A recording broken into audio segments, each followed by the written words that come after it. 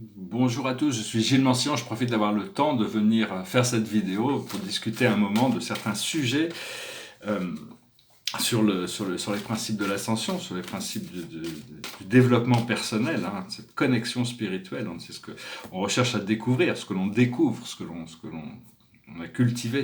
Au plus on cultive, au plus on trouve de toute manière les choses. Et je vais tirer quatre cartes. La plus haute sagesse pour nous, c'est le seeker. C'est-à-dire, il faut y aller en douceur. C'est vraiment une carte très douce, hein. Ça montre vraiment ce que l'on cherche, c'est le chercheur. Le chercheur va trouver, donc c'est l'enfant de monde. Ce que l'on doit comprendre, c'est le breakthrough, c'est la percée. C'est un volcan, c'est un cheval qui passe par-dessus un obstacle. C'est quelque chose qui ne va pas durer très longtemps. Une percée dans le hiking, dans le hiking en français, c'est l'image de l'eau qui a inondé, qui est au-dessus des arbres. C'est-à-dire que l'eau est au-dessus des arbres. Donc c'est une percée, c'est quelque chose qui ne va pas durer, mais qui est transformateur. Donc il faut comprendre cette percée. Ce que l'on doit faire, c'est la roue de la fortune, c'est la fortune. C'est la carte du miracle, c'est la carte de tout est possible, c'est Jupiter qui est le pouvoir de la création, le pouvoir de Jupiter. Et l'aboutissant, c'est le monde, c'est l'univers. Donc très très puissant ce moment, cette percée va nous apporter une ouverture exceptionnelle, hein.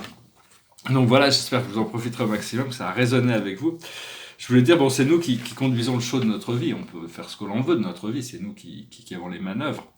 Mais j'ai parlé je vais essayer d'évoquer l'idée de c'est bien de se laisser conduire par notre âme, par notre esprit, par notre présence je suis. Mais quand on peut, parce que bon, c'est vraiment, au bout d'un moment, on s'aperçoit que bon, qu'on est bien ancré dans cette idée de se laisser transporter, avoir un chauffeur qui nous accompagne.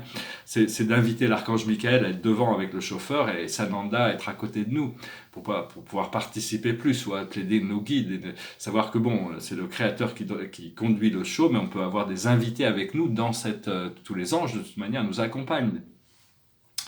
Donc, savoir que bon, de la cinquième dimension, il y a des ambassadeurs qui sont déjà présents, des ambassadeurs extraterrestres qui sont connus et reconnus, enfin reconnus, ils ne sont pas trop reconnus, mais ils sont connus. C'est les dauphins et les cétacés, les baleines, sont des émissaires de la cinquième dimension, de l'étoile Sirius.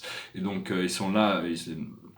Il y a tous les mer people, le peuple mer, tous ceux qui vivent dans la mer, les sirènes, la famille de Neptune, tous ces êtres-là qui ont une civilisation très avancée, ils sont beaucoup plus avancés que nous, ils sont ascensionnés. Et donc, ils sont plus avec les tridents en train de faire la guerre. Et donc, il y a vraiment toute cette reconnexion au monde de l'océan, hein. Tout ça, c'est assez important. Il faut connecter aussi avec le collectif des maîtres ascensionnés, hein, qui agissent à travers la Fédération Galactique de la Lumière. C'est des connexions on doit communiquer avec ces autres parties de nous-mêmes. Il faut bien aussi travailler, je parlais d'un mantra hier, qui est très important, mais je sais qu'il n'y en a qu'un tiers des personnes qui ont écouté ces vidéos qui l'ont pratiqué. L'esprit m'a dit qu'il n'y en avait qu'un tiers. Donc, c'est j'aime ma vie. C'est-à-dire que quand on a des moments appréciables dans la vie, on dit j'aime ma vie. On pense j'aime ma vie. Mais quand on se cogne la tête dans une porte, on dit j'aime ma vie. C'est aussi pour tous les moments difficiles. Et si vous pouvez rajouter le mot paradis, le paradis derrière, c'est-à-dire que j'aime ma vie et peu importe ce qui arrive maintenant, je suis focalisé, c'est un état un décret d'intention. Quand on dit j'aime ma vie et qu'on met l'amour et le paradis et la perfection de ce que l'on espère avoir dans la vie, si on arrive à répéter ça à travers de nombreuses expériences dans notre journée, on arrive à ancrer beaucoup plus facilement, c'est un petit code assez facile, 001 0110, hein, le code de l'unification universelle. Ça, c'est des choses qu'on doit travailler avec, c'est,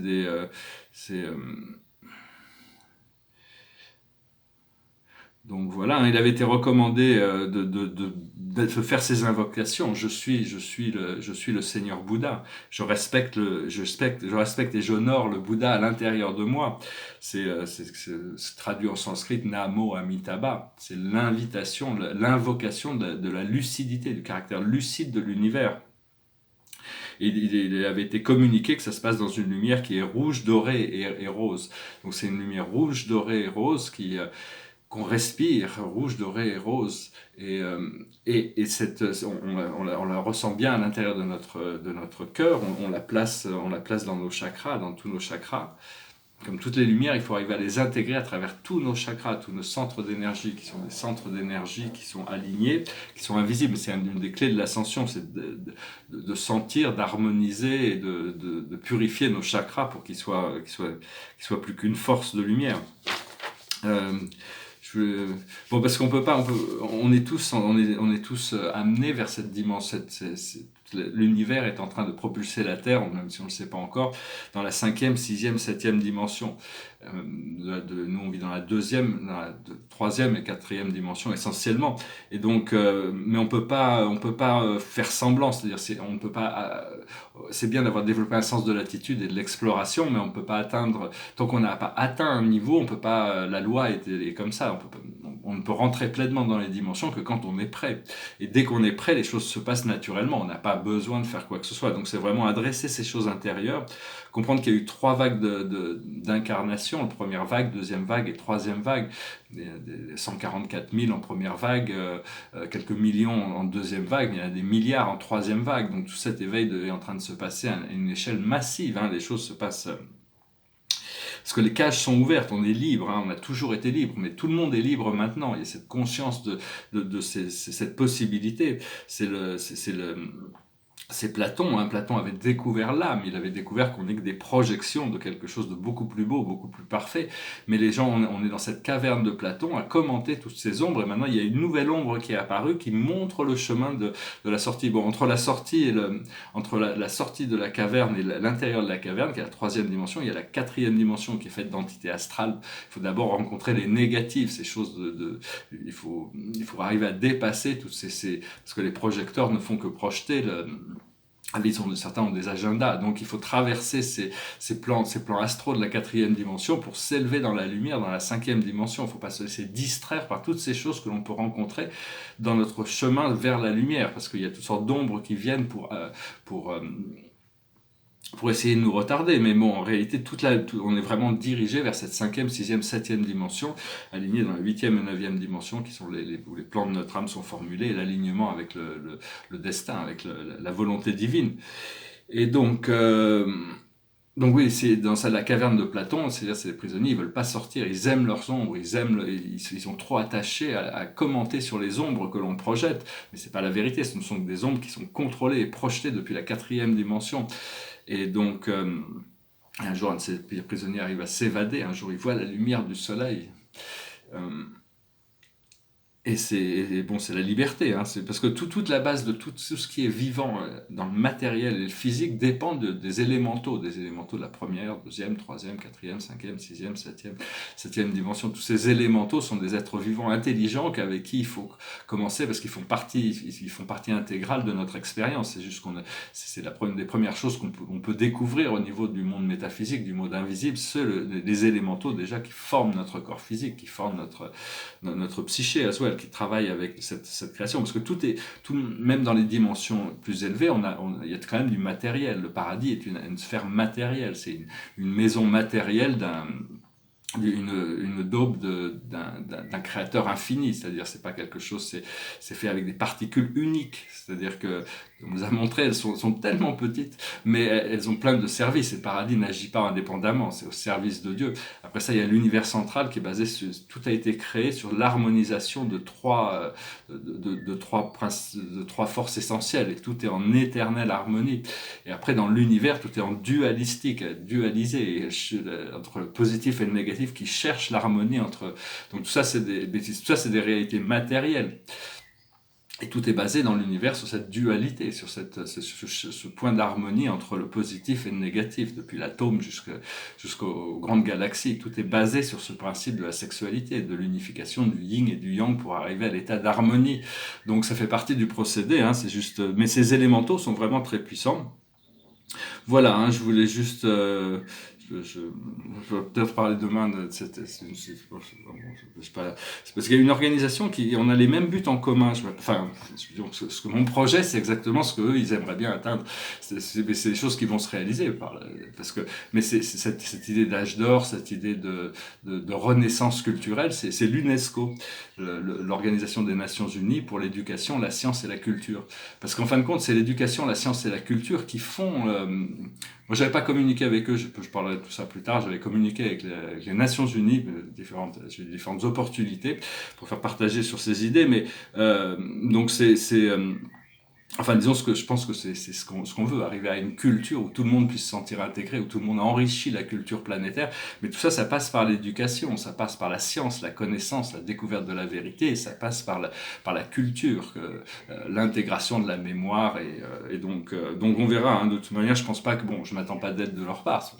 Enfin, ça serait, on verra bien. Peut-être qu'il y a peut-être des possibilités, parce que à mon avis, c'est un organisme qui est déjà c'est très politisé, c'est-à-dire il y a beaucoup de lutte de pouvoir à l'intérieur de ces organisations, parce que je trouve qu'ils jettent beaucoup de pavés dans la mare, quoi. Ils sont pas en train de s'installer pour l'après-midi de pêche, ils jettent des pavés dans la mare. Enfin, ils font peut-être, je les connais pas assez, je sais pas, et je suis sûr qu'ils font des choses très bien aussi.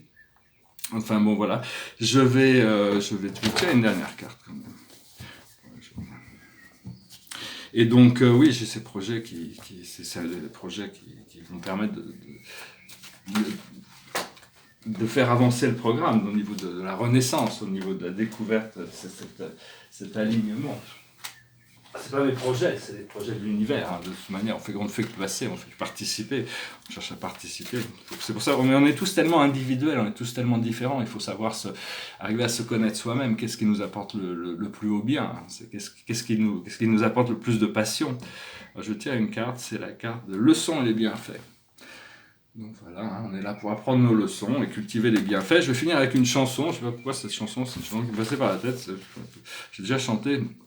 C'est une chanson d'amour, c'est quelqu'un qui est séparé et qui dit j'espère que...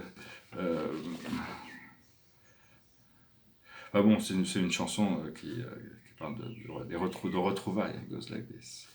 Oh, my love, my darling, I've hungered for your touch a long, lonely time, and time goes by so slowly, and time can do so much.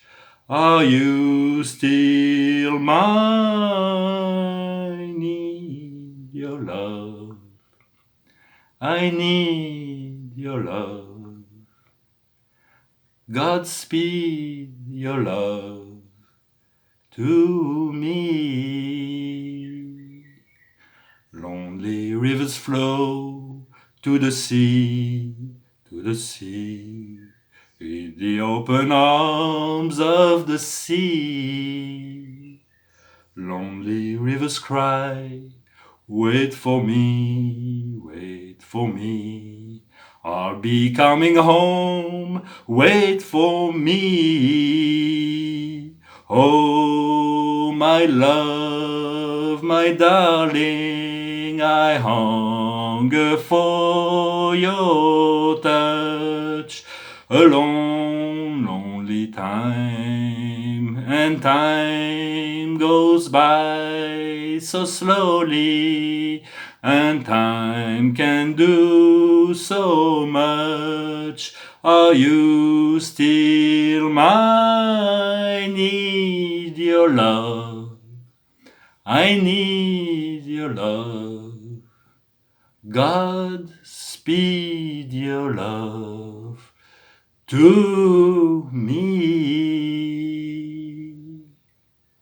Je vous remercie d'être resté jusqu'à la fin, d'aimer, de souscrire, de partager. J'espère que ces idées résonnent avec vous. De toute manière, on continue sur ce procédé. Il ne faut pas se laisser distraire par toutes ces choses, ces ombres du passé pour vraiment rentrer dans cette vie. J'aime ma vie, j'aime toute ma vie. Je rentre au paradis. Voilà, je vous remercie, je vous salue, je vous dis à bientôt. Namaste.